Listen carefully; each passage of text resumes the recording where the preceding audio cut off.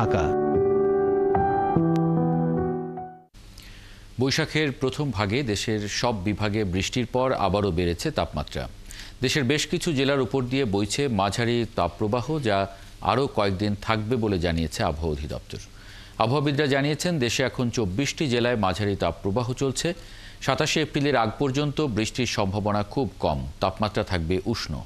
তবে এরপর থেকে দেশের বিভিন্ন জায়গায় বৃষ্টি হতে পারে। এতে তাপমাত্রা কমে আসবে বলে জানিয়েছেন আবহাওয়াবিদরা।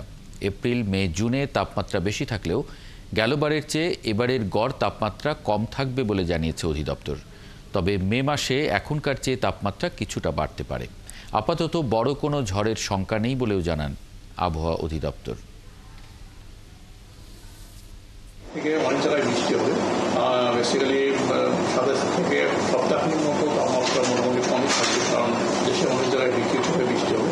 আর এখনকার টাইম হচ্ছে যে বৃষ্টিটা হয়, এটা পরিমাণ অনেক কম, অর্থাৎ লোকালাইজ বৃষ্টি ওইরকম সারা দেশে না। অর্থাৎ যেসব জায়গায় বৃষ্টি হোক সেখানে তাপমাত্রা কম থাকবে। তবে যেটা হবে যে